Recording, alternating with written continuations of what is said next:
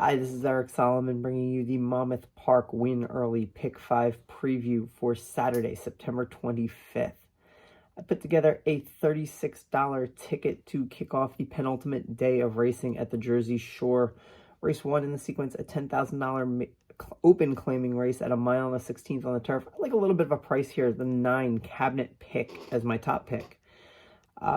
Might have to gun it from that outside post to get to the front end, but there's really not a ton of speed signed on for this race, so an aggressive ride from Carlos Montalvo I think will certainly benefit this one. Two strong races on a good and a yielding turf course. They were off the turf yesterday, expecting the turf course to be probably good today. It did take a decent amount of rain on Thursday, but they should be good to go on the card today. I'm going to use the 7 Drill-O-Matic. This horse has been running with tougher horses in the Monmouth Auto Starter Series, starter handicap races there. I'm going to draw a line through the last at 11 furlongs. Just don't think he wants to go this far. But a mile and 16 has been right up his alley. Also going to use the 3 Lucy's Town. This horse is a closer in a race that doesn't have a ton of early speed, but last 2 races are good, in good form.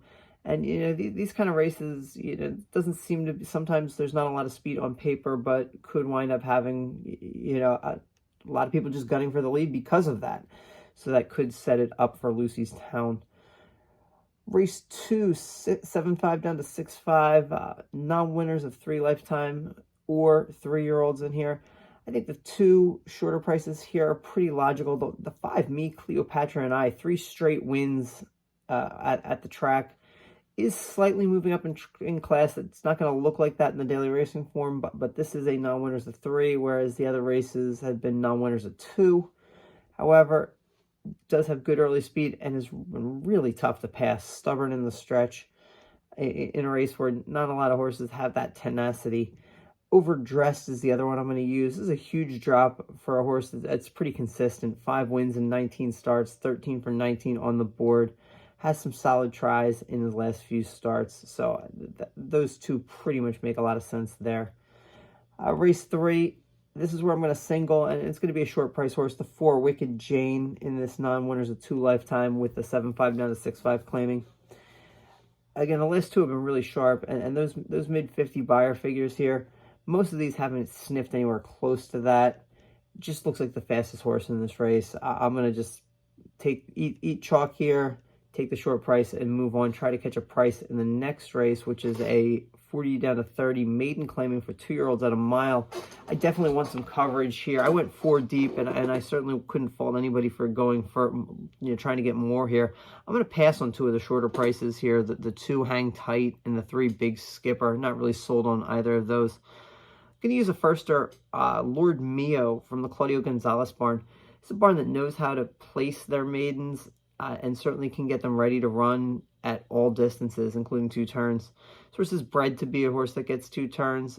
Works are decent. This horse makes sense here. Deep Faith is the favorite. I'm going to use this one. Speed and Fade in 4 straight starts with maiden special ways. Drops in for a tag for the first time while stretching out. Does have the outside post. Might just be faster than these. But again, I'm looking for some coverage. I'm also going to put the 1 Fierce Warrior and the 5 Ghost of New York on the ticket. Both of these horses are recent claims, and both of them are coming off races that were a little bit disappointing. Stretch out probably makes sense for Ghost of New York for sure. Fierce Warrior, claim for Doug Nunn, has the rail post. It's the shortest way home. I think both are worth an inclusion here, and certainly could add a lot of value to this ticket, especially with, I think, the second and third leg being a little bit chalky. Gets us to race 5, an optional claiming, non-winners of 2 other than Turf Sprint. I'm going to go 3 deep here. This is a tough race, but I like Mamba in 3 in this race. 3 wins and 7 starts, an improving 3-year-old taking on some older horses. A close 4th and kind of a frantic finish last time out at Saratoga, but I think it's worth noting that the horses that beat him, Big Package and Christopher, they would be heavy favorites in this race, definitely sub 2 to 1. So, yes, it was the non-winners of 1 other than, but it was at Saratoga, and that was a pretty solid field. It is worth mentioning that 3 wins all have come at 5 furlongs, and he's 0 for 2 at 5.5 on the turf. I'm willing to draw a line through that stat, though, with the My Frenchman Stakes was where, so Stakes Company was where he was off the board, and then off the board again at Saratoga, but was a close fourth. I think 5.5 is a good distance for this horse, and this horse makes a lot of sense here. Nothing better. Another horse that's in really good form right now. 2 strong efforts in a row, moving up the class ladder, cleared the non-winners of 1 condition, has early speed, and that's been key on this turf course, at least through last week. You want to be on or near the lead on the turf. It's hard to close a lot of ground. But again, the rains could have changed some things up there. So that's why I'm also going to put the 3 Worst Stroll on the ticket.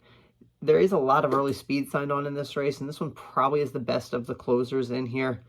Again, if the course changes a little bit and you can make up a little bit of ground, also if they go too fast, which is a possibility here, I want to have that insurance with that one on the ticket. That's my $36 play for Saturday. We'll be back one more time. Do it again tomorrow. 14 races today, 14 races tomorrow. A lot of good betting races, a lot of good action at the Jersey Shore, so make sure you're checking it out. Have a good day. Good luck.